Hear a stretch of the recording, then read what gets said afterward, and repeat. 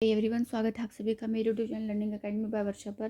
तो आज हमारा चैप्टर 11 है क्लास 7 का।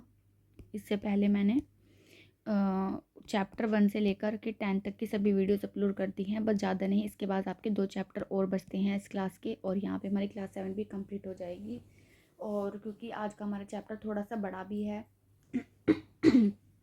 तो फिर थोड़ा सा समय लग सकता है। इसी के साथ एक बात मैं आपको बता दूं कि कल मैंने यहाँ पर जो आपकी CTET की या UP टेट की जो स्ट्रैटेजी है एग्ज़ाम को लेकर के क्या होनी चाहिए, उसके ऊपर भी मैंने वीडियो बनाई है, तो आप उसे भी देखिएगा, काफ़ी हेल्प होगी आपको। ठीक है, तो चलिए स्टार्ट करते हैं बिना समय बर्बाद किए, क्योंकि चैप्टर थोड़ा सा समझने वाला है, तो ये भी काफ़ी समय लेगा। और तो चलिए स्टार्ट करते हैं। और हाँ, अगर आप लोगों को मेरी वीडियो थोड़ी स्लो लगा करे तो आप उसे स्पीड बढ़ा करके भी देखिएगा, उससे आपका टाइम भी बचेगा। और चीज़ें क्या होगा, आपको बहुत से बच्चे होते हैं ना जिनको थोड़ा सा स्पीड में पढ़ने की आदत होती है, उनके लिए वो बेनिफिट भी रहेगा और टाइम भी सेव होगा। ठीक है, तो स्टार्ट करते हैं। आज का हमारा चैप्टर है प्रकाश।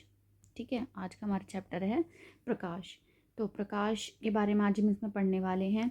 तो प्रकाश, पहला हमारा पॉइंट है कि प्रकाश सरल रेखा के अनुदिश गमन करता है। एक मोमबत्ती की लो ज्वाला की ओर पहले एक सीधे पाइप से और फिर मुड़े हुए पाइप से मोमबत्ती की लो क्यों नहीं देख पाए। यह क्रियाकलाप दर्शाता है कि प्रकाश सरल रेखा में गमन करता है। ठीक है, तो आप यहाँ पर देख रहे होंगे जैसे ट्रेन की भी लाइट है और वो यहाँ पर सीधी जा रही है। तो कहने का मतलब क्या है, प्रकाश एक सीधी सरल रेखा में क्या करता है, गति करता है। यहाँ पर एक टावर, एक वॉच टावर लगा हुआ है, लाइट हाउस है ये। ठीक है, और यहाँ से भी जब प्रकाश एक सीधी ही क्या है, सरल रेखा में गति कर रहा है, सीधा वो चल रहा है। ठीक है, यहाँ पर ये बात बताइए कि मेन बात यहाँ पर याद रखने की, जो प्रकाश होता है वो सरल रेखा के अनुदिश गमन करता है। और आप देख रहे होंगे कि यहाँ पर ये बच्चा मोमबत्ती, जब यहाँ पर इसने सीधा पाइप लिया हुआ है तो प्रकाश उसे दिखाई देता है, पर यहाँ पर कोई ऐसे मुड़ा हुआ पाइप लेता है तो उसे मोमबत्ती का प्रकाश दिखाई नहीं देता, क्योंकि प्रकाश सीधी रेखा में चलता है, ना कि कर्व या फिर किसी घुमावदार चीज़ से उसको देखा जा सकता है। ठीक है। इसके बाद नेक्स्ट पॉइंट है हमारा प्रकाश का परावर्तन। ठीक है, तो प्रकाश का परिवर्तन में क्या है, कोई भी पॉलिश किया हुआ अथवा चमकदार पृष्ठ दर्पण की भांति कार्य कर सकता है। जब प्रकाश किसी दर्पण पर पड़ता है तो क्या होता है ना, तो दर्पण अपने ऊपर पड़ने वाले प्रकाश की दिशा को बदल देता है। दर्पण द्वारा प्रकाश की दिशा का यह परिवर्तन प्रकाश का परावर्तन कहलाता है ना। तो जैसे कि आपको पता ही है कि कोई भी जब मिरर होता है उसके ऊपर प्रकाश होता है और वो वहाँ से परावर्तित हो जाता है, यही क्या होता है, प्रकाश का परावर्तन होता है। और यही चीज़ आप इस पॉइंट में भी देखने के लिए मिल रही होंगी। ये झील जो पानी है, यहाँ पर देखो पेड़ों की छाया इस तरीके से आ रही है, और क्या है कि उसका वो परावर्तित होकर के जा रही है, जिसकी वजह से क्या है, उसका जो इमेज है हमें यहाँ पर दिखाई दे रही है। देखो यहाँ पर ये शेर है, कहानी में दिखाया जाता है कि एक शेर होता है, वो पानी में देखता है और किस तरीके से फिर वो पागल बन जाता है ना। तो यहाँ पर ये दिखाया है। इसके बाद एक टॉर्च काले रंग के चार्ट पर पेपर के टुकड़े से ढकिए, इसमें 3 पतली झिर्रियाँ स्लिट बनी हों। समतल दर्पण की एक पट्टी ऊर्ध्वाधर स्थिति में रखिए। अब टॉर्च की झर्रियों से निकलने वाले प्रकाश किरण पुंज के दर्पण पर डालिए। इसकी स्थिति को इस प्रकार समायोजित कीजिए कि टॉर्च का प्रकाश समतल दर्पण एक कोण बनाते हुए टकराए। तो आप ये देख रहे होंगे, यहाँ पर देखो, एक यहाँ पर समतल दर्पण यहाँ पर लगा हुआ है, एक टॉर्च ली हुई है, उसमें 3 ऐसे पार्ट्स किए हुए हैं, और जब उसमें से प्रकाश गुजारा जा रहा है तो वो 3 तरीके से, इस तरीके से क्या है, यहाँ पर पड़ रहा है। ठीक है, प्रकाश समतल दर्पण पर क्या है, एक कोण बना रहा है। आप यहाँ देख रहे होंगे कि यहाँ पर क्या है, एक कोण ऐसे इस तरह से बन रहा है। ठीक है, तो यह क्रियाकलाप दर्शाता है कि प्रकाश समतल दर्पण से किस प्रकार परावर्तित होता है ना। तो आप यहाँ पर देख रहे होंगे, जब यहाँ से प्रकाश पड़ता है और पड़ने के बाद में और वो वापस से क्या है, आ रहा है, तो यहाँ पे इस तरीके से प्रकाश जो है परावर्तित होता हुआ हमें दिख रहा है। ठीक है, इसके बाद यहाँ पर है, वस्तुएं तभी दिखाई देती हैं जब प्रकाश उनसे परावर्तित होकर हमारी आंखों तक पहुँचे। तो कोई भी वस्तु हमें क्यों दिखाई देती है, कि जब कोई वस्तु कोई भी चीज़ अगर रखी हुई है, अगर आप पढ़ाई कर रहे हैं, आपके आसपास कुछ भी चीज़ है, अगर आप उसे देख पा रहे हैं, तो क्यों, क्योंकि जब कोई लाइट उस वस्तु पर पड़ती है तो वहाँ से वो परावर्तित होकर क्या है, हमारी आँख पर पहुँचती है, जिसकी वजह से क्या है, वो वस्तु हमें वहाँ पर रखी हुई या उसी रंग में या वैसे ही हमें वो दिखाई पड़ती है। इसके बाद है, क्या दर्पण अपने ऊपर पड़ने वाले प्रकाश की दिशा परावर्तित कर देता है? अब टॉर्च को थोड़ा सा इधर उधर इस प्रकार हटाइए कि दर्पण पर प्रकाश पड़ता रहे। परावर्तित प्रकाश की दिशा के अनुदिश दर्पण में देखिए, यह झिर्रियों का प्रतिबिंब है।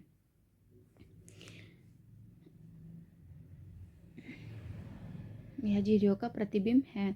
यह क्रियाकलाप दर्शाता है कि प्रकाश समतल दर्पण से किस प्रकार परावर्तित होता है। तो अच्छा, ये इसके आगे कहीं यहाँ पर था और वो चीज़ मैंने वहाँ पर पढ़ दी थी, ठीक है, तो आप कंफ्यूज मत होइएगा। तो ये चीज़ यहीं पर ही है जो मैंने यहाँ पर आपको एक्सप्लेन किया है कि जो प्रकाश है वो यहाँ से पड़ता है और उसको जो एंगल है हमने इस तरह से सेट करना है कि यहाँ पर उसका प्रकाश पड़े और वो इस तरीके से फिर यहाँ पर जब परावर्तित होता हमें दिखाई देता है। तो इसी से सिद्ध हो जाता है कि हमारा जो समतल दर्पण है, जो प्रकाश का परावर्तन है वो किस तरीके से काम कर रहा है, ठीक है। इसके बाद एक समतल दर्पण के सामने एक जलती हुई मोमबत्ती रखिए। मोमबत्ती की लौ को दर्पण में देखना ऐसा प्रतीत होता है जैसे कि इसी प्रकार की एक मोमबत्ती दर्पण के पीछे रखी हो। जो मोमबत्ती दर्पण के पीछे रखी प्रतीत होती है, दर्पण द्वारा बनाया गया मोमबत्ती का प्रतिबिंब है, ठीक है। यहाँ पर ये चीज़ बताने की कोशिश की गई है कि प्रतिबिंब क्या होता है, कि जब हम कोई चीज़ किसी दर्पण में देखते हैं और उसके पीछे वो दिखाई हमें पड़ती है तो वो क्या होता है, उस चीज़ का प्रतिबिंब होता है। यहाँ मोमबत्ती किसी बिंब या वस्तु का उदाहरण है, ठीक है। अब मोमबत्ती को दर्पण के सामने विभिन्न स्थितियों में रखिए। प्रतिबिंब की लौ बिंब की लौ के भांति मोमबत्ती के ऊपर सिरे पर दिखाई दे रही है। इस प्रकार के प्रतिबिंब को सीधा प्रतिबिंब कहते हैं। समतल दर्पण द्वारा बनने वाला प्रतिबिंब दर्पण में सीधा तथा बिंब के समान आमाप साइज का होता है। तो यहाँ पर एक इम्पोर्टेंट बात है, यहाँ पर ये जो लाइन दी गई है ये इम्पोर्टेंट है क्या, और इसी से क्वेश्चन बन के आ सकता है कि जो सीधा प्रतिबिंब होता है वो किस तरीके से होता है। तो सीधा प्रतिबिंब में क्या होता है कि वो बिल्कुल सीधा बनता है। जैसी चीज़ देखो, मोमबत्ती जैसे यहाँ पर रखी थी एज इट इज़ हमें कहाँ पर मिरर में वो दिखाई दे रही है और उसी ही साइज़ की है, ठीक है। तो यहाँ पर ये सीधे प्रतिबिंब की कंडीशन है, और वो भी किस में, समतल दर्पण में। ये भी याद रखना है कि समतल दर्पण में जो प्रतिबिंब होगा कैसा बनेगा, तो वो कैसा बनेगा, दर्पण में सीधा बनेगा, और क्या होगा, जो उसका साइज होगा वो भी वस्तु के बराबर ही होगा, ठीक है। दर्पण चाहे छोटा हो या बड़ा, मेरा प्रतिबिंब मेरे साइज के समान ही बनता है। तो यहाँ पर भी एक याद रखने वाली बात है कि जो समतल दर्पण होता है, आप उसे छोटा ले लो चाहे बड़ा ले लो, वो आपके साइज के समान ही वहाँ पर बनेगा, उसमें आपका प्रतिबिंब, ठीक है। इसके बाद यहाँ पर एक बात, यहाँ पर चीज़ें दी गई हैं, ये सिर्फ आपके समझने के लिए, पढ़ने के लिए, जिससे चीज़ों को अच्छे से बेस बन सके। दर्पण के पीछे एक पर्दा ऊर्ध्वाधर रखिए। पर्दे पर मोमबत्ती का प्रतिबिंब प्राप्त करने का आप पर्दे पर प्रतिबिंब प्राप्त कर पाते हैं। अब पर्दे को दर्पण के सामने रखिए। क्या आप पर्दे पर प्रतिबिंब प्राप्त कर पाते हैं? किसी भी स्थिति में मोमबत्ती का प्रतिबिंब पर्दे पर प्राप्त नहीं किया जा सकता है ना। तो यहाँ पर ये समझाने की कोशिश किया है कि मान लो कोई पर्दा है, ठीक है, कोई पर्दा है और उसको मतलब ऐसे ऊर्ध्वाधर रखा हुआ है। अब उसके क्या है कि जो पर्दे पर मोमबत्ती का प्रतिबिंब अगर हम प्राप्त करेंगे तो वह हमें प्राप्त नहीं होगा, ठीक है। तो इससे पता चलता है कि जो मोमबत्ती का जो प्रतिबिंब है वो पर्दे पर प्राप्त नहीं किया जा सकता है, ठीक है। तो ये चीज़ें यहाँ पर ही दिखाती हैं कि जो दर्पण है, ठीक है, जब आप उसको उसमें देखते हैं तब तो वो सही रहता है, बट लेकिन जब आप उसको पर्दे पर प्राप्त करना चाह रहे हैं तो वहाँ पर वो प्राप्त नहीं होता है, ठीक है। इसके बाद है आगे, हम यहाँ पर एक शतरंज का भी इन्होंने एक एग्जांपल लिया हुआ है कि यहाँ पर एक चेस बोर्ड रखा हुआ है और एक यहाँ पर मिरर लगाया हुआ है और यहाँ पर क्या है, एक शार्पनर रख दिया है कि जब प्रतिबिंब दर्पण से उसके पीछे उतनी ही दूरी पर होता है जितनी कि दर्पण से बिंब की दूरी पर, है ना। यानी कि अगर हम शार्पनर को जितना दूर दूर लेके जाएंगे तो प्रतिबिंब की जो स्थिति है वो भी क्या है, पीछे पीछे हटती चली जाएगी। पर जैसे जैसे हम शार्पनर को आगे लेके जाएंगे प्रतिबिंब की स्थिति भी आगे की ओर बढ़ती जाएगी, है ना। तो इस बात से ये स्पष्ट होता है कि जो प्रतिबिंब की जो स्थिति होती है और जो वस्तु की जो स्थिति होती है, प्रतिबिंब में भी जो स्थिति वहाँ पर बन रही है, उनकी जो दूरियाँ होती हैं वो क्या होती हैं, आपस में बराबर होती हैं। यहाँ पर ये चीज़ यहाँ समझाने की कोशिश की गई है, ठीक है। इसके बाद है, समतल दर्पण में प्रतिबिंब दर्पण के पीछे बनता है। यह सीधा होता है, बिंब के साइज के समान होता है तथा दर्पण से प्रतिबिंब की दूरी दर्पण के समान सामने बिंब की दूरी के बराबर होती है। तो यहाँ पर ये चीज़ें समतल दर्पण के लिए एक 3 बातें हमें याद रखनी है। क्या कि वो एक तो दर्पण के पीछे बनता है, ठीक है, बिंब के साइज़ का होता है, जो मतलब वस्तु होती है वो बिंब उसी इस वस्तु के समान का होता है। दूसरा क्या है, जो प्रतिबिंब की दूरी होती है दर्पण की सामने बिंब जो भी मतलब चीज़ें रखी होती हैं उसके क्या है समान होती हैं। यहाँ पर ये 3 चीज़ हमें याद रखनी है। किसके लिए, समतल दर्पण के लिए, ठीक है। आगे जब हम पढ़ेंगे तो ओ दो रह के दर्पण भी आएंगे। आपने पढ़ा भी होगा कि उत्तल लेंस, अवतल लेंस, उत्तल दर्पण, अवतल दर्पण होते हैं। तो यहाँ पर ये कंडीशन सिर्फ और सिर्फ समतल दर्पण के लिए फॉलो हो रही है, ठीक है। इसके बाद आता है हमारा नेक्स्ट पॉइंट हमारा दक्षिण या वाम। तो आप यहाँ पर देख रहे होंगे, मैं एक बार इसको ऐसे ही एक्सप्लेन कर देती हूँ कि यहाँ पर एक लड़का खड़ा हुआ है और ये मिरर में अपनी इमेज को देख रहा है। तो आपने बल्कि खुद ही इस चीज़ को एक्सपीरियंस करिए। जब आप शीशे के सामने खड़े होते हैं तो उल्टा हाथ आपको सीधा दिखाई देता है, सीधा आपको उल्टा दिखाई देता है। तो ये जो स्थिति होती है ये आपकी यही दक्षिण या वाम स्थिति को दर्शाता है। अब इसको पढ़ लेते हैं। क्या है, प्रतिबिंब में दक्षिण वाम दिखाई पड़ता है तथा वाम दक्षिण दिखाई पड़ता है। वाम का मतलब यहाँ पे उत्तर से समझ सकते हो, यानी कि उत्तर या दक्षिण इस तरीके से, मतलब सीधा हाथ उल्टा हाथ जो है कि सीधा आप जैसे यहाँ पर खड़े हुए हैं और जब सामने मिरर में देखेंगे तो क्या होगा कि ये चीज़ तो आपको ऐसे दिखाई देती है, मतलब उल्टा दिखाई देता है कि दिखना ऐसा चाहिए पर दिखता उल्टा है। तो वही चीज़ क्या है यहाँ पर दक्षिण वाम दिखाई गई है।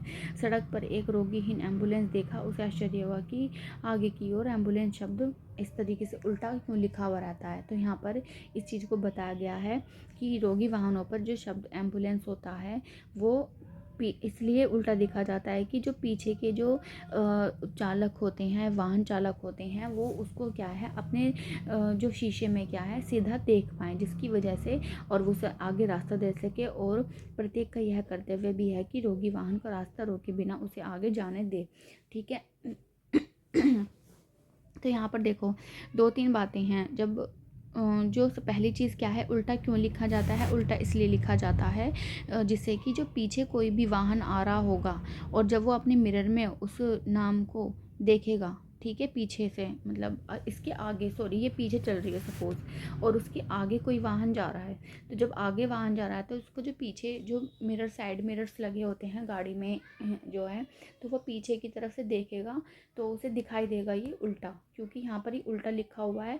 तो वहाँ पर उसे वो सीधा दिखाई देगा। जब सीधा दिखाई देगा तो वो समझ जाएगा कि एम्बुलेंस आ रही है और क्या है वो उसको रास्ता दे देगा, इसलिए यहाँ पर ये एम्बुलेंस ऐसा लिखा हुआ होता है, ठीक है। दूसरी बात क्या है, आप लोग भी देखते होंगे, एक एज अ रेस्पॉन्सिबल सिटीज़न होने के नाते हमारा ये कर्तव्य होता है। ये बात यहाँ पर जो लिखी हुई है कि अगर आप चाहे कितनी भी जल्दी में क्यों ना हो, अगर आप अपने आसपास एम्बुलेंस देखते हैं कि भीड़ लगी हुई है, सड़क पर जाम लगा हुआ है और आपको भी रास्ता नहीं मिल रहा और पीछे से एक एम्बुलेंस भी आ रही है, तो आप खुद साइड होकर के क्या है एम्बुलेंस को जाने दें, क्योंकि पता नहीं कौन कितना सीरियस उसमें बैठा है और किसी की लाइफ, किसी की फैमिली, किसी का बहुत कुछ वहाँ पर उस चीज़ में टिका हुआ है। तो आप प्लीज़ मतलब एक हमें जो मोरल्स हमारे हैं वो हमें ये सिखाते हैं, ये बताते हैं कि हमें जब भी कभी एम्बुलेंस दिखे तो कोई भी जाम हो या हमें कहीं की भी जल्दबाजी हो तो खुद से पहले हमें उस एम्बुलेंस को क्या है रास्ता देना चाहिए।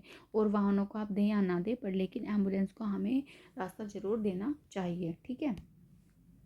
इसके बाद यहाँ पर नेक्स्ट आता है यहाँ पर गोलीय दर्पण। अब यहाँ पर हम गोलीय दर्पण की बात करेंगे, ठीक है। अभी तक हमने समतल दर्पण की बात करी, दक्षिण वाम की बात करी, ठीक है, प्रतिबिंब उसमें कैसा बनता है ये सब बातें की हैं। अब हम गोलीय दर्पण में देखते हैं कि किस तरीके से चीज़ें होती हैं, है ना। तो यहाँ पर एक चीज़ यहाँ पर दिखाई गई है, एक मतलब चम्मच यहाँ पर ली हुई है इस लड़के ने यहाँ पर कि चम्मच पर जब वो बाहर के पृष्ठ द्वारा प्रतिबिंब बनता है, बाहर की तरफ देखता है उभरे हुए भाग की तरफ, तो कैसा प्रतिबिंब बनता है, और जब वो चम्मच को अंदर की तरफ से देखता है तो किस तरह का प्रतिबिंब बनता है। तो चम्मच के भीतरी पृष्ठ का उपयोग करके अपना प्रतिबिंब देखिए। इस बार आपको अपना प्रतिबिंब सीधा तथा बड़ा दिखाई देगा, ठीक है। जब सीधा करते हैं तो सीधा और बड़ा दिखाई देता है, ठीक है। चम्मच का वक्रित चमकदार एक दर्पण की भांति कार्य करता है। गोलीय दर्पण वक्रित दर्पण का सबसे अधिक सामान्य उदाहरण है, ठीक है। तो यदि किसी गोलीय दर्पण का परावर्तक पृष्ठ अवतल है तो इसे अवतल दर्पण कहते हैं। अवतल, अव का मतलब होता है अंदर की ओर, यानी कि अवतल दर्पण इस तरीके का होगा, है ना। और यदि परावर्तक पृष्ठ उत्तल तो इसे उत्तल, यानी कि उत्तल का मतलब होता है उठा हुआ। ठीक है।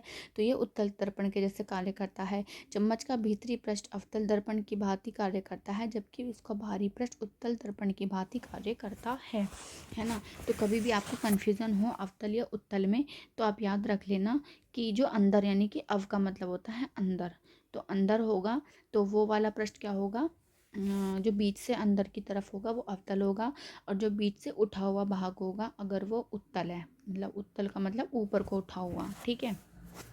तो ऊ से उत्तल, उठा हुआ, ऊ से उठा हुआ, ऐसे अंदर और ऐसे अवतल, इस तरीके से आप इस चीज़ को इस ट्रिक से यहाँ पर याद रख सकते हैं कि अवतल और उत्तल दर्पण में अगर आपको डिफ्रेंशिएट करना हो तो आप किस तरीके से करेंगे। ठीक है, आगे बढ़ते हैं। अब यहाँ पर भी देखो वही चीज़ समझाई गई है कि उत्तल और अवतल क्यों कहा गया है, कि अगर यहाँ पे कोई खाली बोल लिया है, अगर हम उसको काट दें तो ये उत्तल वाला पार्ट है उभरा हुआ, और अवतल क्या है, इसका अंदर वाला पार्ट है। किसी बिंब का समतल दर्पण द्वारा बना प्रतिबिंब पर्दे पर प्राप्त नहीं किया जा सकता। ये चीज़ें हमने ऊपर ही पढ़ी थी कि समतल दर्पण क्या होता है, कि द्वारा जो प्रतिबिंब बनता है वो पर्दे पर प्राप्त नहीं किया जा सकता है। ठीक है, इसके बाद आगे बढ़ते हैं हम। पर्दे पर बनने वाले प्रतिबिंब को वास्तविक प्रतिबिंब कहते हैं। अच्छा, कौन सा प्रतिबिंब है, यहाँ पर देखिए एक अवतल दर्पण यहाँ पर लिया हुआ है इन्होंने, क्या है ये, एक अवतल दर्पण है।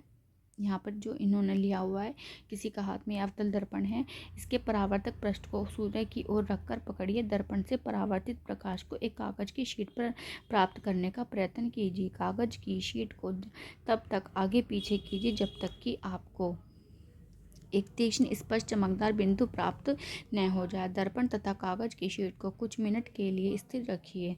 यह चमकदार बिंदु वास्तव में सूर्य का प्रतिबिंब है। ध्यान दीजिए, यह प्रतिबिंब पर्दे कागज की शीट पर बन रहा है। पर्दे पर बने प्रतिबिंब को वास्तविक प्रतिबिंब कहते हैं। मोस्ट इम्पोर्टेंट बात, पहला क्वेश्चन क्या है कि अवतल दर्पण से क्या है, पर्दे पर प्रतिबिंब प्राप्त किया जा सकता है। ठीक है, प्रतिबिंब प्राप्त कर सकते हैं। ठीक है, दूसरी चीज़ क्या है कि इस प्रतिबिंब को हम क्या कहते हैं, वास्तविक प्रतिबिंब कहते हैं। क्या कहते हैं, वास्तविक प्रतिबिंब कहेंगे हम। ठीक है, तो यहाँ पर ये चीज़ बहुत इंपॉर्टेंट है और क्वेश्चन आता ही है कि मतलब इनमें से कौन सा ऐसा दर्पण है जिसके द्वारा जो प्रतिबिंब है उसे पर्दे पर प्राप्त किया जा सकता है। तो अवतल दर्पण होता है जिसकी हेल्प से क्या है, हम प्रतिबिंब को पर्दे पर प्राप्त कर सकते हैं। या क्वेश्चन इस तरीके से आ सकता है कि जो पर्दे पर प्राप्त किया हुआ प्रतिबिंब होता है वो किस तरह का होता है, आभासी होता है या वास्तविक। तो आपको क्या टिक करना है, वास्तविक प्रतिबिंब। देखो, छोटी छोटी चीज़ों को अगर आप बेस बना करके चलोगे तो चीज़ों को समझने में दिक्कत नहीं होगी। ठीक है ना, मैं अपनी पूरे एफर्ट्स डाल रही हूँ कि चीज़ों को जितना ईजी वे में समझा सकूँ, आपको बता सकूँ, है ना। क्योंकि क्या होता है कि जब हम चैप्टर पढ़ रहे होते हैं तो हमें चीज़ें आसान लगती हैं, बट जब हम क्वेश्चंस अटैम्प्ट करने बैठते हैं तो वही चीज़ें क्या हो जाती हैं, हार्ड हो जाती हैं। और क्योंकि एज इट इज़ लाइन वहाँ पर रखी पूछी जाती है, बस कुछ शब्दों का हेर फेर होता है, तो जिससे हम कई बार कन्फ्यूज़न भी हो जाते हैं। तो बेस अगर अच्छा होगा तो हम चीज़ों को अच्छे से समझ पाएंगे, रिलेट कर पाएंगे और सही आंसर को टिक कर सकते हैं। ठीक है, आगे बढ़ते हैं। समतल दर्पण द्वारा बने मोमबत्ती की लो के प्रतिबिंब को पर्दे पर प्राप्त नहीं किया जा सका था। इस प्रकार के प्रतिबिंब को आभासी प्रतिबिंब कहते हैं। तो हमने यहाँ पर भी ये बात पढ़ी थी कि जो समतल दर्पण होता है उसके द्वारा जो प्रतिबिंब बनता है उसे हम पर्दे पर प्राप्त नहीं कर सकते हैं। तो ऐसे प्रतिबिंब को हम क्या कहते हैं, आभासी प्रतिबिंब कहते हैं। और अवतल दर्पण द्वारा जो पर्दे पर प्राप्त होने वाला प्रतिबिंब था वो किस तरह का था, वास्तविक प्रतिबिंब था। ठीक है, इसके बाद आगे देखो, यहाँ पर दिखाया गया है कि अवतल दर्पण द्वारा बने वास्तविक प्रतिबिंब की। देखो, जब यहाँ पर एक अवतल दर्पण लिया हुआ है, यहाँ पे इसके सामने मोमबत्ती है और वहाँ पर क्या है, एक पर्दा लिया हुआ है। तो यह है मोमबत्ती की जो प्रतिबिंब है, हम उसको वहाँ पर प्राप्त कर रहे हैं। ऐसे ही यहाँ पर भी है। ठीक है, तो दोनों तरह से दिखाया हुआ है कि अवतल दर्पण द्वारा जो वास्तविक प्रतिबिंब है वो कैसा दिखाई पड़ता है। इसके बाद अवतल दर्पण द्वारा बना आभासी प्रतिबिंब। देखो इसकी एक अलग अलग कंडीशंस होती हैं कि अवतल दर्पण से जो हमारी वस्तु है वो किस किस पॉइंट पर रखी गई है और कैसे कैसे उसकी स्थिति बन रही है। तो यहाँ पर जब हमारा जो फोकस होता है और जो हमारा मुख्य फोकस यहाँ पी होता है, इसके बीच में जब रखा जाता है तब हमारी वो स्थिति आती है जबकि दर्पण के पीछे हमारा क्या बनती है, प्रतिबिंब बनता है। तो जब दर्पण के पीछे बनेगा तो वो जो प्रतिबिंब होगा वो कैसा होगा, आभासी प्रतिबिंब होगा। यानी कि एक परिस्थिति में क्या होता है कि अवतल दर्पण भी क्या बनाता है, एक आभासी प्रतिबिंब बनाता है। क्वेश्चन आ सकता है कि क्या हमेशा अवतल दर्पण वास्तविक प्रतिबिंब बनाएगा? नहीं, एक परिस्थिति में ऐसा होगा कि वो आभासी प्रतिबिंब बनाएगा, वास्तविक प्रतिबिंब नहीं बनाएगा। ज़्यादातर स्थितियों में ऐसा होता है कि हमने अनंत पर रखी है, फिर सेंटर अनंत और सेंटर ऑफ कर्वेचर के सी होता है हमारा, उसके बीच में रखी है, फिर सी पर रखी है, फिर फोकस पर रखी है। तो वो डिपेंड होता है कि हम अपनी जो वस्तु है हम उसको वहाँ पर किस तरीके से रख रहे हैं। ठीक है, तो इस चीज़ पर वो डिपेंड करेगा। तो बाकी स्थितियों में क्या होता है कि वो सही बनता है, पर लेकिन जब उसे हम पास में लेके आते हैं बहुत ज़्यादा, तो फिर देखो ये भी यहाँ पर भी ज़्यादा डिस्टेंस नहीं है, बहुत कम डिस्टेंस है, तो वो क्या बनता है, आभासी प्रतिबिंब बनता है, जिसकी वजह से हम उसे पर्दे पर प्राप्त नहीं कर सकते हैं। ठीक है, इसके बाद है अवतल दर्पण द्वारा बना प्रतिबिंब साइज में बिंब से छोटा या बड़ा हो सकता है। प्रतिबिंब वास्तविक अथवा आभासी हो सकता है। ठीक है, यहाँ पर अगेन इंपॉर्टेंट लाइन है कि जो अवतल दर्पण होते हैं वो साइज में छोटा भी हो सकता है, बड़ा भी हो सकता है, वास्तविक भी हो सकता है और आभासी भी हो सकता है। ठीक है, यहीं से क्वेश्चन बन के आ जाएंगे, इंपॉर्टेंट लाइन है, इसको अच्छे से याद रखिएगा आप लोग। इसके बाद है अवतल दर्पणों का उपयोग अनेक प्रयोजनों के लिए किया जाता है। संभवतः आपने डॉक्टर को आँख, कान, नाक और गले का निरीक्षण करते समय अवतल दर्पण का उपयोग करते देखा हो। दंत विशेषज्ञों द्वारा अवतल दर्पण का उपयोग दांतों का बड़ा प्रतिबिंब देखने के लिए किया जाता है। तो यहाँ पर याद रखने हैं, और यहाँ से भी अगेन में बहुत मतलब क्वेश्चन यहाँ पे पूछे जाते हैं। जो दर्पण वाला चैप्टर होता है ना, ये समझ के चलिए कि most of the time question यहीं से बन के आता है कि जो अवतल दर्पण का क्या उपयोग है, आपको दे दिए जाएंगे बहुत सारे, और इनमें से कोई एक अलग दे दिया जाएगा, तो आपको सही वाले ऑप्शन का चयन करना है। ठीक है, तो आँख, कान, जो गले वाला जो डॉक्टर होते हैं या जिनको छोटी चीज़ों को क्या है बड़ा करके देखना है, क्योंकि दांत तो छोटे होते हैं, उनका प्रतिबिंब अगर हमें बड़ा देखना है तो हम किसका यूज़ करेंगे, अवतल दर्पण का यूज़ करेंगे। तो आप यहाँ पर देख भी सकते हैं, चित्र के माध्यम से यहाँ पर समझाया गया है कि जब तो छोटा दांत होता है और जब इसको ऐसे देखा जाता है तो वो क्या है, बड़ा दिखाई देता है। टॉर्च, कारों तथा स्कूटर के अग्रदीप के परावर्तक पृष्ठ भी की आकृति भी अवतल है ना। तो क्या है, देखो जब आप टॉर्च को खोलेंगे तो वो अंदर को ऐसे गहराई में आपको दिखेगी इस तरीके से। तो ये गहराई में क्यों है, जिससे कि वहाँ पर वो अवतल दर्पण के जैसे काम कर सके, और जो भी चीज़ है हम उसको आसानी से, मतलब जो जैसे रोशनी यहाँ पे छोटी होती है, बट जैसे ही क्योंकि यहाँ पर अवतल है तो वो क्या है, रोशनी को ऐसे फैला देगा, है ना। और स्कूटर में भी जो परावर्तक पृष्ठ होते हैं हमारे, वो भी क्या होते हैं, अवतल होते हैं। ठीक है, तो यहाँ पर क्या थी, अवतल दर्पण की बात हुई है। इसके बाद नई साइकिल की घंटी को चमकदार पृष्ठ में अपना प्रतिबिंब देखा। उसने देखा कि प्रतिबिंब सीधा तथा साइज में छोटा है, तो घंटी का परावर्तक पृष्ठ उत्तल है। मतलब आपने देखा होगा कि जो साइकिल पे पहले ऐसे घंटियाँ लगी हुई आती थी, ऐसे स्टील सी या लोहे की वो रहती थी, चमकदार उसकी सरफेस होती थी। तो वहाँ पर क्या है कि जब उसमें उसने अपनी शक्ल को कोई देखेगा, तो क्योंकि वो क्या है, उत्तल उभरी हुई सतह है और उत्तल हम सरफेस कहेंगे उसको, तो जब उसमें देखते हैं तो प्रतिबिंब कैसा बनता है, सीधा और साइज में छोटा। कैसा बनेगा, प्रतिबिंब सीधा और साइज में छोटा बनेगा। और उसके अवतल केस में क्या हो रहा था कि वो छोटा, बड़ा और वास्तविक, आभासी दोनों हो रहा था। यहाँ पर प्रतिबिंब सीधा और साइज में क्या है, छोटा है।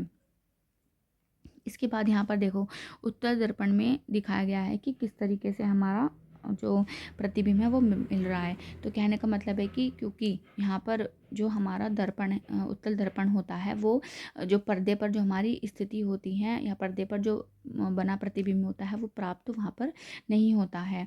आप वाहनों के पार्श्व दर्पण साइड मिरर में उपयोग किए जाने वाले दर्पणों को पहचान सकते हैं। ये उत्तल दर्पण है, जो हमारी जो कोई भी कार होती है, ठीक है, और जो कार होती है उसमें जो यहाँ पर ऐसे मिरर लगे होते हैं, इधर भी और इधर भी। तो ये कैसे होते हैं? आपके उत्तल दर्पण होते हैं। उत्तल दर्पण अधिक क्षेत्र के दृश्य का प्रतिबिंब बना सकते हैं, अतः ये चालकों के पीछे की अपेक्षाकृत अधिक क्षेत्र के वाहनों को देखने में सहायता करते हैं। अच्छा, इस खुद सोचिए, जब हमें पता चल चुका है कि जो उत्तल दर्पण होता है वो एक तो प्रतिबिंब सीधा बनाएगा और साइज़ में छोटा बनाएगा। तो आपने कई बार ऑब्जर्व किया होगा स्कूटी, बाइक या कार चलाते हुए कि क्योंकि है तो ये बहुत छोटा सा और पीछे का एरिया इतना बड़ा है, और वो हमें बिल्कुल एज इट इज़ वहाँ पर छोटा होकर के दिखाई दे जाता है, क्योंकि वहाँ पर जो मिरर है वो हमने उत्तल दर्पण यूज़ किया है। ठीक है, तो ये छोटी छोटी चीज़ें अगर आप देखो यहाँ पर बिल्कुल कितनी इजीली समझाया गया है कि एक मिरर ऐसे लगा हुआ है और पीछे कितना बड़ा एरिया एक छोटे से शीशे में कवर हो गया, क्योंकि ये उत्तल दर्पण है। और क्या है कि बिल्कुल एज इट इज़ सीधा प्रतिबिंब है, ऐसे नहीं कि उल्टी कार चल रही है, उल्टा वहाँ पर वो कोई जा रहा है ना। और क्या है, ये अपने आप में एक आभासी प्रतिबिंब है। ठीक है, इसके बाद यहाँ पर थी हमारी, हमने क्या है दर्पण के बारे में बात कर ली है, उत्तल दर्पण और समतल दर्पण के बारे में यहाँ पर हमने बात की है। अब इसके बाद हमारे क्या आ जाते हैं, लेंस आ जाते हैं। ठीक है, अब हम लेंस के बारे में अच्छे से पढ़ेंगे कि लेंस कैसे काम करते हैं, है ना।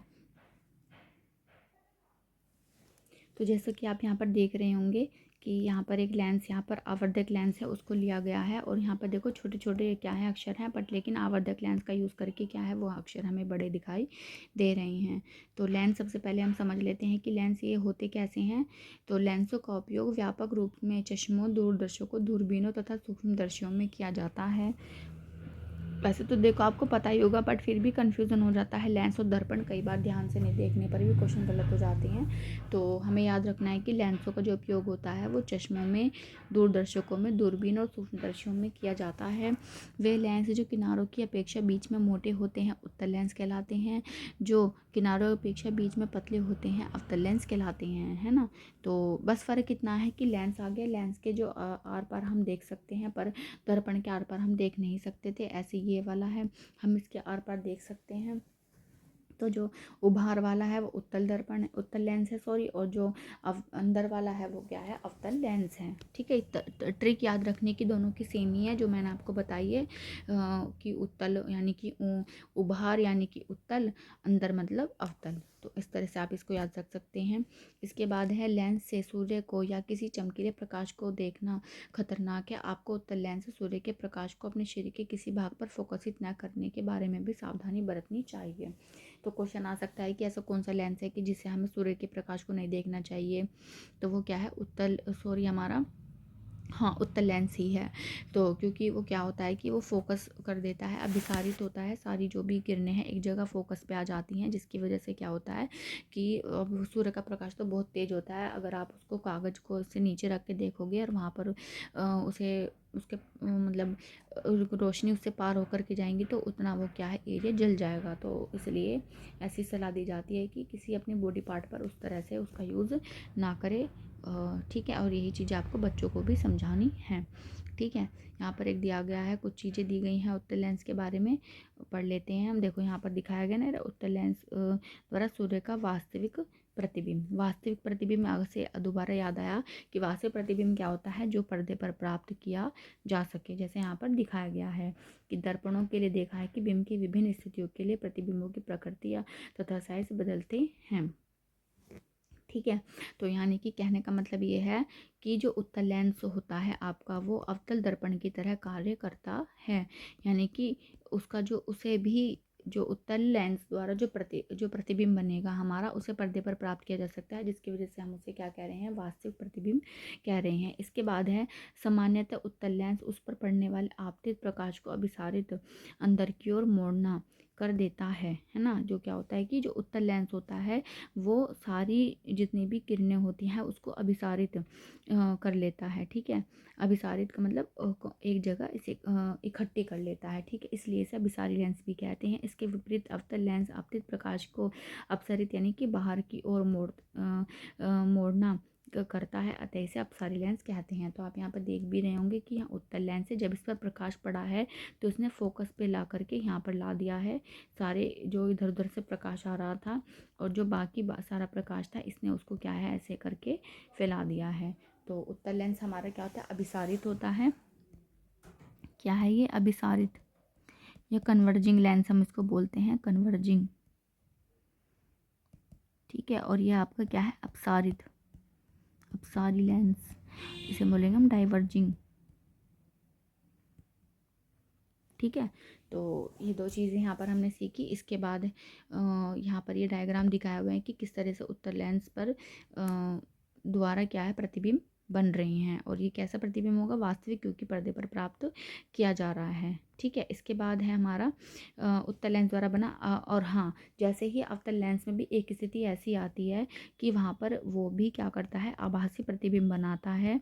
तो ऐसे ही क्या है कि अवतल लेंस में भी एक स्थिति ऐसी होती है कि वो भी क्या है, एक आभासी प्रतिबिंब बनाता है।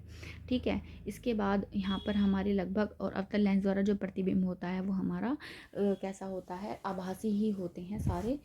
कैसे होते हैं, आभासी होते हैं। एक बार यहाँ पर देख लेते हैं, उत्तल लेंस को आवर्धिक लेंस की भांति उपयोग किया जाता है।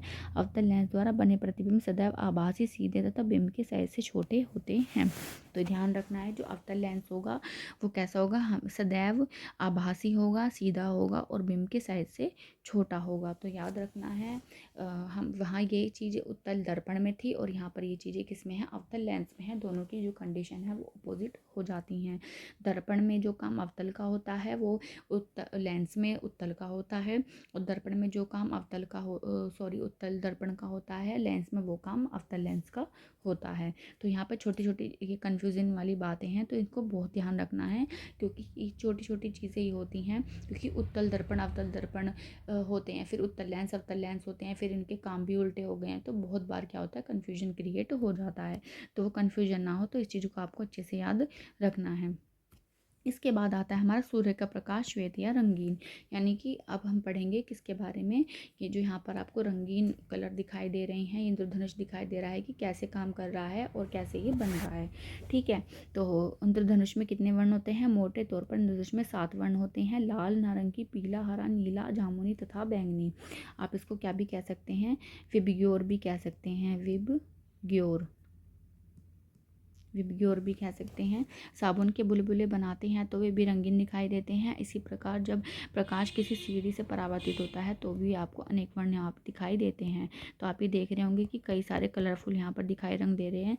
वैसे वास्तविक में तो ये सफ़ेद होती है, बट क्योंकि प्रकाश में आने के बाद क्या है, ये हमें कलरफुल दिखाई देने लगती है ना। यहाँ पर फिर इंद्रधनुष जैसे ही वर्ण यहाँ भी देख पाते हैं, यह दर्शाता है कि सूर्य के प्रकाश में 7 वर्ण विद्यमान हैं। ऐसे प्रकाश को श्वेत प्रकाश भी कहते हैं, है ना। तो श्वेत क्या होता है, ये हमारा श्वेत प्रकाश ही है, और जब हम इसको प्रिज्म में से गुजार रहे हैं तो क्या है, ये अलग अलग अपने रंगों में क्या है, बिखर जा रहा है। तो इसी बिखरने को हम क्या कहते हैं, प्रकाश का डिस्पर्जन कहते हैं, मतलब उसका प्रकीर्णन जो है, बिखर जाना, ये होता है। ठीक है, इसके बाद आगे बढ़ते हैं हम।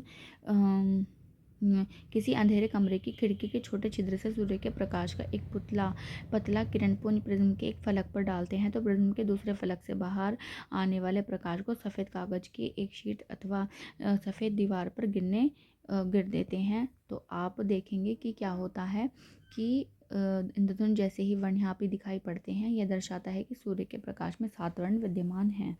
ठीक है, तो वही चीज़ है जो मैंने आपको समझाई है, ज़्यादा कुछ इसमें ऐसा समझने का है नहीं। ठीक है, तो इसे हम क्या कहेंगे कि जब श्वेत रंग हमारा किस में कन्वर्ट हो जाता है, 7 रंगों में कन्वर्ट हो जाता है। तो यहाँ पर यही चीज़ हमें बताई गई है। ठीक है, और ऐसे ही क्या है, जब डिस्क तेजी से घूमती है तो वर्ण आपस में मिल जाते हैं तथा डिस्क श्वेत सी प्रतीत होती है। इस डिस्क को सामान्यतः न्यूटन की डिस्क कहते हैं। तो यहाँ पर क्वेश्चन आगे आ सकता है कि न्यूटन की डिस्क किसे कहते हैं। तो वर्ण जब आपस में जब हम उसको डिस्क को क्या है, बहुत तेज़ी से घुमाएंगे तो वहाँ हमें सफ़ेद दिखाई पड़ने लग जाती है, जो हमें नॉर्मली कलरफुल दिखाई दे रही थी, पर घुमाने पर क्या है, वो हमें सफ़ेद दिखाई दे रही है। तो हम इस चीज़ को हम क्या बोलते हैं, न्यूटन की डिस्क कहते हैं। ठीक है, और इसी के साथ ही क्या है, हमारा चैप्टर भी फिनिश हो गया है। और तो बस आपने यहाँ पर सीखा कि जो हमारी डिस्क होती है, जब हम उसको ऐसे देखते हैं तो वो हमारी 7 रंगों में दिखाई देती है, बट हम उसको ऐसे तेज़-तेज़ घुमाएँगे तो वो वाइट कलर में दिखाई पड़ती है। और ऐसे ही जब हमारा सूर्य का प्रकाश होता है और वहाँ पर हमारी एनवायरनमेंट में छोटी-छोटी क्या होती हैं, वाटर ड्रॉपलेट्स होती हैं, और जब वहाँ से सूर्य का प्रकाश टकराता है तो क्या बन जाता है, वो हमारा इंद्रधनुष बन जाता है। और इसी प्रक्रिया को हम क्या कहते हैं, डिस्पर्जन कहते हैं। क्या कहते हैं, डिस्पर्जन। और हिंदी में हम बोलेंगे इसको विक्षेपण। सॉरी, शायद मैंने ऊपर प्रकीर्णन बोल दिया था, वो नहीं है, वो विक्षेपण है। ठीक है, क्या है वो, विक्षेपण है। डिस्पर्जन यानी कि प्रकाश का अपने अपने कंपोनेंट्स में टूटना क्या है, डिस्पर्जन है। ठीक है, तो ऊपर मैंने गलत बोल दिया तो प्लीज़ मैं उसको करेक्ट कर रही हूँ। ठीक है, ध्यान रखिएगा। यहाँ पे मैं लिख देती हूँ ठीक से, हिंदी में उसे बोलेंगे हम विक्षेपण। ठीक है, और इसी के साथ क्या हमारा चैप्टर भी है, क्या है, कंप्लीट हो गया है। और होपफुली आपको चीज़ें मैंने अच्छे से समझाई होंगी, आपको समझ में आई होंगी। अब हम देखते हैं कि अब हमने आज इस चैप्टर में क्या क्या पढ़ा है। ठीक है, तो सरल रेखा के अनुदिश गमन करता है प्रकाश। क्या होता है, सरल रेखा के अनुदिश गमन करता है। कोई भी पॉलिश किया हुआ अथवा चमकदार दर्पण की भांति कार्य करती है। जो प्रतिबिंब पर्दे पर प्राप्त किया जा सके उसे वास्तविक प्रतिबिंब कहते हैं। जिस प्रतिबिंब को पर्दे पर प्राप्त नहीं किया जा सके उसे आभासी प्रतिबिंब कहते हैं। समतल दर्पण द्वारा बना प्रतिबिंब सीधा होता है, आभासी होता है, बिंब के समान साइज का होता है। प्रतिबिंब दर्पण के पीछे उतनी ही दूरी पर बनता है जितनी कि दर्पण के सामने बिंब की दूरी होती है। दर्पण द्वारा बने प्रतिबिंब में बिंब का वाम भाग प्रतिबिंब के दक्षिण भाग की दिखाई देता है तथा बिंब का दक्षिण भाग प्रतिबिंब के वाम भाग की भांति दिखाई देता है। यानी कि जैसे आप मिरर में देखेंगे खुद को तो ये वाला यहाँ दिखेगा और ये साइड आपको इधर दिखेगी। ठीक है, अवतल दर्पण वास्तविक तथा उल्टा प्रतिबिंब बना सकता है। जब बिंब को दर्पण के अत्यंत निकट रखते हैं तो प्रतिबिंब आभासी, सीधा तथा आवर्धित होता है। तो आपको यहाँ पे याद रखनी है कि ये कौन सी कंडीशन है अवतल दर्पण की। तो जब हम उसको बिंब को अत्यधिक उसके निकट ले आए और तो क्या होता है कि वो प्रतिबिंब आभासी बनेगा, सीधा बनेगा और आवर्धित यानी कि बड़ा बनेगा। उत्तल दर्पण द्वारा बना प्रतिबिंब सीधा, आभासी और साइज में बिंब से छोटा होता है ना। तो उत्तल दर्पण में क्या होता है कि प्रतिबिंब में तो सीधा होगा, आभासी होगा और साइज में क्या होगा, छोटा होगा। उत्तल लेंस वास्तविक तथा उल्टा प्रतिबिंब बना सकता है। अब बिंब लेंस के अत्यंत निकट रखा जाता है तो बनने वाला प्रतिबिंब आभासी, सीधा तथा आवर्धित होता है। सेम अवतल दर्पण की जैसे यहाँ पर बात की गई है। जब उत्तल लेंस को वस्तुओं को आवर्धित करके देखने के लिए उपयोग किया जाता है तो उसे आवर्धक लेंस कहते हैं। तो क्योंकि उत्तल लेंस से क्या होता है कि चीज़ों को हम बड़ा देख सकते हैं, जिसकी वजह से क्या होता है कि हम उसे आवर्धक लेंस भी कहते हैं। ठीक है, इसके बाद अवतल लेंस सदैव सीधा, आभासी, साइज में बिंब से छोटा प्रतिबिंब बनाता है। तो अवतल लेंस क्या करता है, हमेशा सीधा बनेगा, उसका प्रतिबिंब आभासी होगा और साइज में बिंब से छोटा होगा। और श्वेत प्रकाश 7 वर्णों का मिश्रण है। तो यहाँ पर चीज़ आपको अच्छे समझ में आई होंगी। और अब हम करते हैं इसकी एक्सरसाइज जो दी गई है। जिस प्रतिबिंब को पर्दे पर प्राप्त नहीं किया जा सके उसे आभासी प्रतिबिंब कहते हैं। यदि दर्पण सदैव आभासी तथा साइज में छोटा होता है तो यह किसी उत्तल दर्पण द्वारा बना होगा। यदि प्रतिबिंब सदैव बिंब के साइज का तो इसे समतल दर्पण कहेंगे। जिस प्रतिबिंब का पर्दे पर प्राप्त किया जा सके उसे वास्तविक प्रतिबिंब कहते हैं। अवतल लेंस द्वारा बनाया गया प्रतिबिंब पर्दे पर प्राप्त नहीं किया जा सकता, है ना। क्योंकि उत्तल लेंस द्वारा तो हम पर्दे पर प्राप्त कर सकते हैं, पर लेकिन अवतल लेंस द्वारा पर्दे पर प्राप्त नहीं होता, उत्तल दर्पण द्वारा प्राप्त होता है पर्दे पर। इसके बाद आते हैं हमारे सत्य और असत्य। हम उत्तल दर्पण से छोटा से आवर्धित तथा सीधा प्रतिबिंब प्राप्त कर सकते हैं, नहीं, हम उत्तल दर्पण से छोटा या सीधा प्राप्त कर सकते हैं। अवतल लेंस सदैव आभासी बनाता है, प्रतिबिंब बनाता है, हाँ। अवतल दर्पण से हम वास्तविक, आवर्धित, उल्टा प्रतिबिंब प्राप्त कर सकते हैं, हाँ। वास्तविक प्रतिबिंब को पर्दे पर प्राप्त नहीं किया जा सकता, नहीं। अवतल दर्पण सदैव वास्तविक प्रतिबिंब बनाता है, नहीं, ऐसा तो नहीं है, सदैव वास्तविक नहीं बनाता। एक कंडीशन में ऐसा होता है कि वो क्या बनाता है, आभासी प्रतिबिंब भी क्या है, बनाता है। ठीक है, और ये वाली बात भी गलत है। वास्तविक प्रतिबिंब ही तो होता है जिसे हम पर्दे पर प्राप्त कर सकते हैं, आभासी प्रतिबिंब को पर्दे पर प्राप्त नहीं किया जा सकता। इसके बाद हमारा नेक्स्ट हमारी ये मैचिंग आ गई है। क्या कि समतल दर्पण हमारा प्रतिबिंब सीधा और साइज बिंब के साइज का होता है। उत्तल दर्पण में क्या होता है, अधिक क्षेत्र के दृश्य का प्रतिबिंब बना सकते हैं हम। तो जो हमारी गाड़ियों के साइड मिरर में यूज़ होता है, ठीक है। उत्तल लेंस क्या होता है, आवर्धक लेंस की भांति यूज़ होता है। अवतल दर्पण का प्रयोग दंत चिकित्सक करते हैं, क्योंकि उन्हें क्या होता है कि जो छोटी चीज़ होती है उसको बड़ा देखना है ना। इसके बाद है जो उत्तल लेंस होता है वो सीधा तथा बिंब के साइज से छोटा प्रतिबिंब बनाता है। इसके बाद आता है हमारा समतल दर्पण के लिए कुछ बातें दी गई हैं, क्या कि वो आभासी और सीधा बनाता है, दर्पण के पीछे बनता है, वस्तु के आकार के बराबर होता है, और हमें उसमें पार्श्व छवि, उल्टी छवि, मतलब वही वाम दक्षिण वाली जो है कि पार्श्व उल्टा का मतलब है लेटरल, लेटरल कुछ करके ऐसे बोलते हैं इसको, है ना। तो कि सीधा उल्टा और उल्टा सीधा इस तरीके से दिखता है हमें।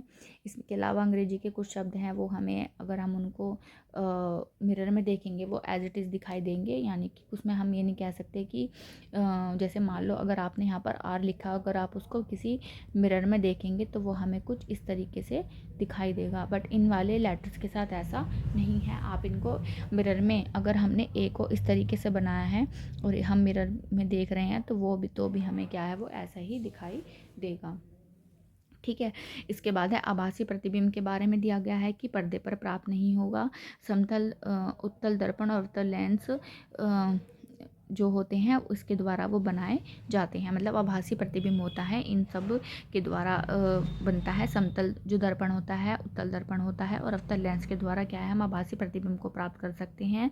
और बड़ी बात यह है कि इसको पर्दे पर प्राप्त नहीं किया जा सकता है। देखो मैं ये सारे क्वेश्चन बाकी चैप्टर्स के मैंने नहीं कराए हैं, इसके लिए मैं थोड़े ज़्यादा डीप में इसलिए करा रही हूँ क्योंकि थोड़ा सा कन्फ्यूजिंग टॉपिक है। इससे ज़्यादा रिलेटेड क्वेश्चन आप जितने करोगे आपको चीज़ें उतनी क्लियर होंगी, है ना। और इसीलिए मैं आपको ये सब करा रही हूँ।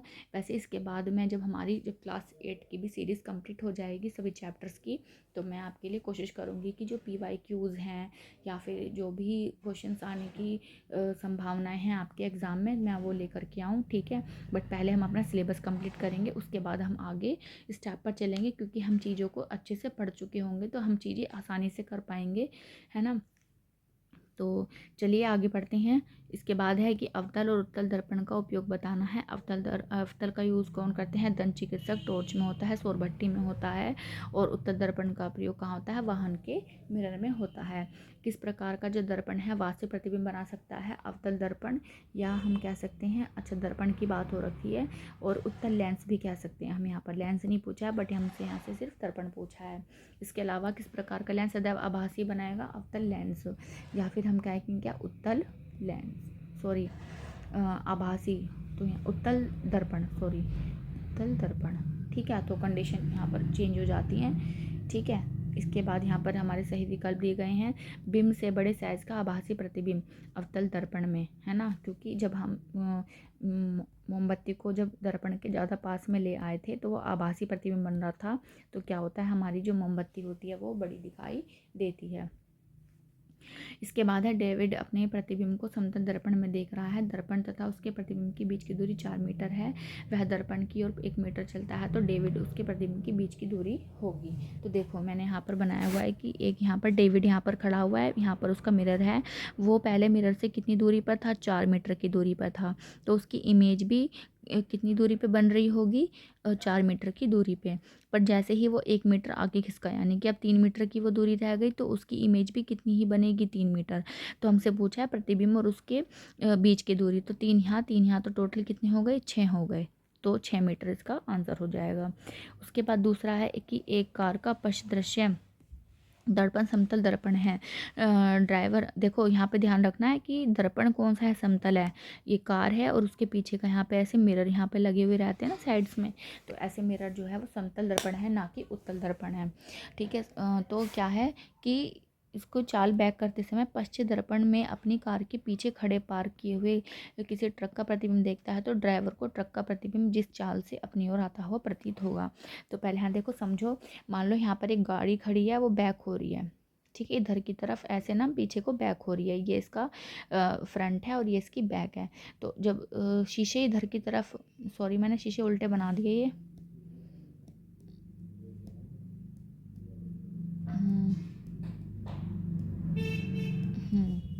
मान लो ये शीशे यहाँ पे लगे हुए हैं। ये गाड़ी बैक हो रही है। जब बैक हो रही है तो पीछे क्या है, ये ट्रक यहाँ पर खड़ा हुआ है। तो जब यहाँ पर ये ट्रक खड़ा हुआ है तो ये जब क्योंकि समतल दर्पण है, ध्यान रखना इस बात का, ये समतल दर्पण है, तो जिस स्पीड से ये इधर की तरफ बढ़ रहा होगा उस स्पीड से ही ये इसकी तरफ आता हुआ से प्रतीत होगा। तो 2 मीटर ही इसका आंसर होगा कि 2 मीटर की स्पीड से अगर वो पीछे की ओर बढ़ रहा है तो ट्रक भी उसे अपनी तरफ 2 मीटर स्पीड पर सेकंड की स्पीड से आगे आता हुआ प्रतीत हो रहा होगा। और इसी के साथ क्या हमारा ये चैप्टर कंप्लीट हो गया है। अगर आपको वीडियो समझ में एक बार में नहीं आई हो तो प्लीज़ आप उसको दोबारा देखिएगा, स्पीड बढ़ा के देख लीजिएगा।